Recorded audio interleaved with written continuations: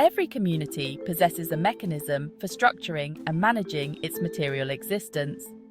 It is necessary for the production of commodities and services that are considered valuable and desired by society, and then to distribute them for consumption. Societies have achieved the organization of material existence through various methods, often referred to as social formations.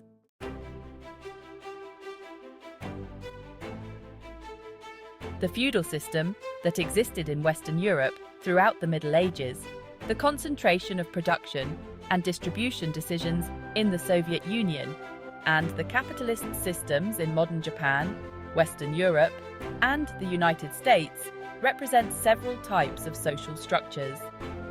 One distinguishing factor among social structures like feudalism, capitalism, or Soviet-style socialism is their management and utilization of the social surplus.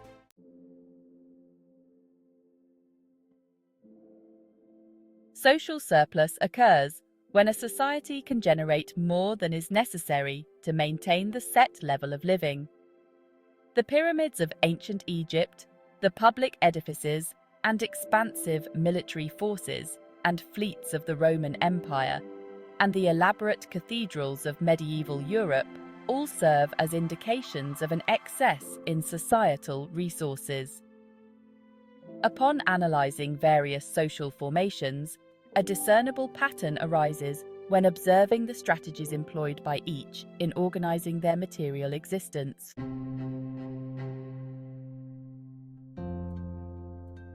There exist three fundamental approaches to organization: tradition, command, and the market. In contemporary society, every existing social structure is, to some extent, a combination of all three organizational principles.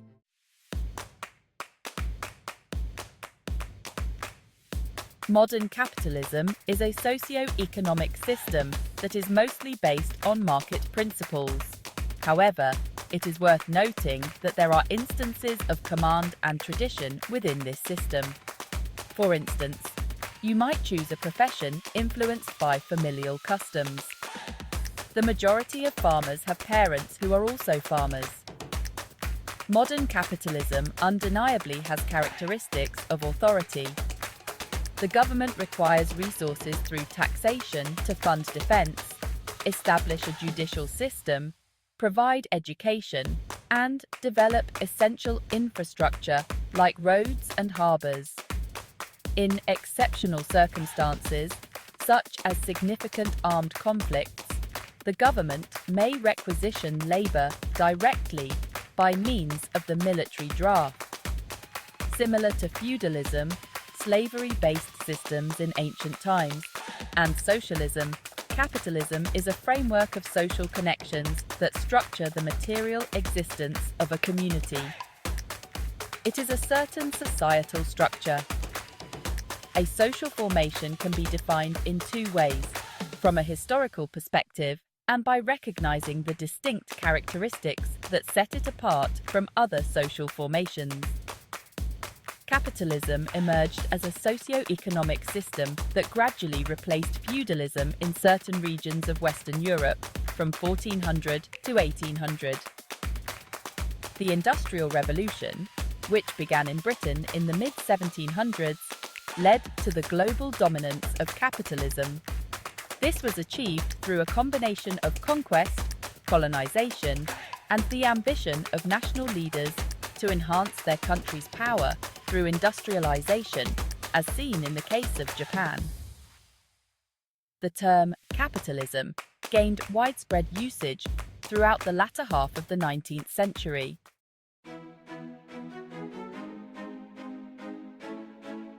Three distinct characteristics of capitalism distinguish it from other societal structures. The primary factor is the accumulation of capital and the motivation of capitalists to acquire additional wealth. Capital exhibits significant disparities from previous manifestations of wealth prevalent before the advent of capitalism. While a feudal baron's castle could be considered a type of riches, it should not be classified as capital. It failed to generate any output, In fact, the resources used for its construction and upkeep were diverted from workers who could have been creating additional agricultural items. A microchip production plant has distinct characteristics. It possesses both wealth and capital.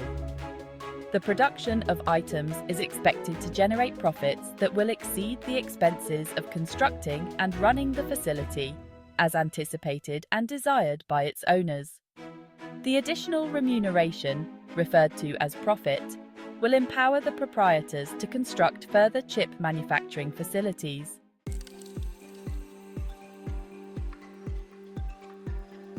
Furthermore, markets serve the purpose of disseminating knowledge, establishing predictability, and maintaining order. If there is a decrease in pricing and profits in a particular area of the economy, there will be a corresponding decrease in production within that sector. If there is an increase in prices and profits in a specific area of the economy, all other factors remaining constant, there will be an increase in production in that sector. When there is a shortage of a certain sort of skilled labour, raising pay will encourage more workers to learn that skill. At the same time, it will also motivate capitalists to explore alternative methods, such as using machines or computer programs, to replace this type of employment.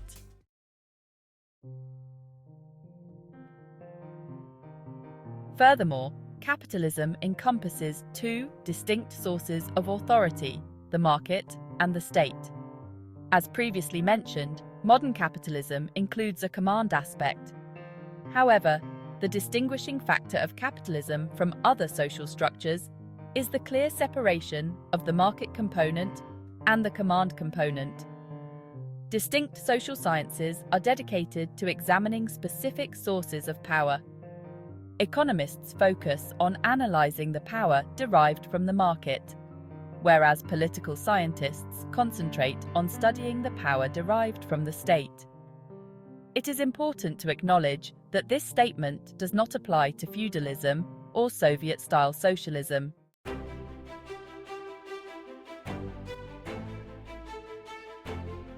While it is necessary for any society to have a certain level of stability, social formations have also undergone transformations. Feudalism declined and was substituted by capitalism. The Soviet Union dissolved, and its former constituent parts are currently undergoing a period of change.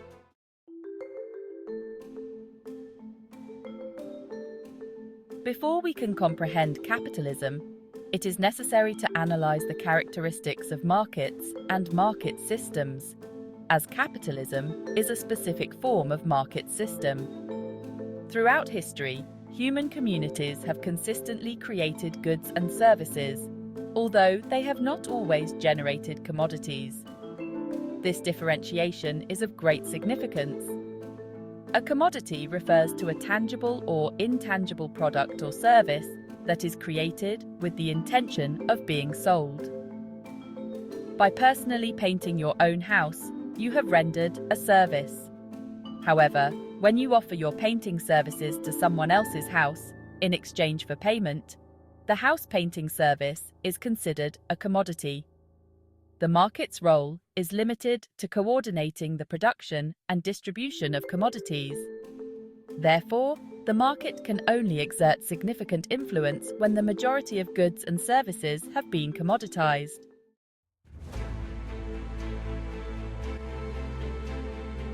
It is important to differentiate between the presence of markets and the overall structure and organization of market systems.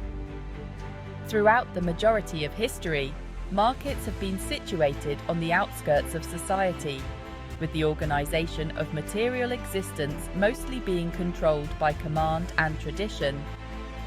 Although markets have existed for a considerable period, market systems are undergoing relatively recent development. Throughout the majority of their existence, markets have occupied a peripheral role in material existence rather than being at its core. Agricultural labour exerted a significant influence on the core of societal existence.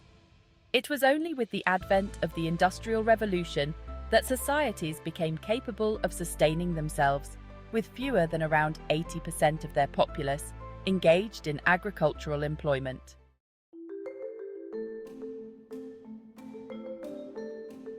The route to capitalism consists of three distinct steps. Initially, the market needed to infiltrate the realm of material existence, transforming the pig from being only a source of bacon for the peasant into a source of money. Additionally, both labour and land, which are commonly referred to as the factors of production, need to be subjected to the market process. The third step can only be taken once the capitalist is able to hire labour and rent land, allowing for cost reduction through operating on a bigger scale compared to the peasant household.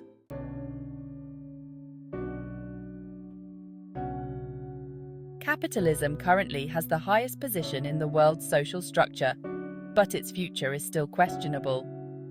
Specifically, it is uncertain how the dynamic between states and markets will develop. At present, it seems that the global market has more power than the state. However, capitalism is not a self-sufficient economic system, and its ability to create wealth relies on the capability and willingness of states to handle the instability and inequality that capitalism produces worldwide.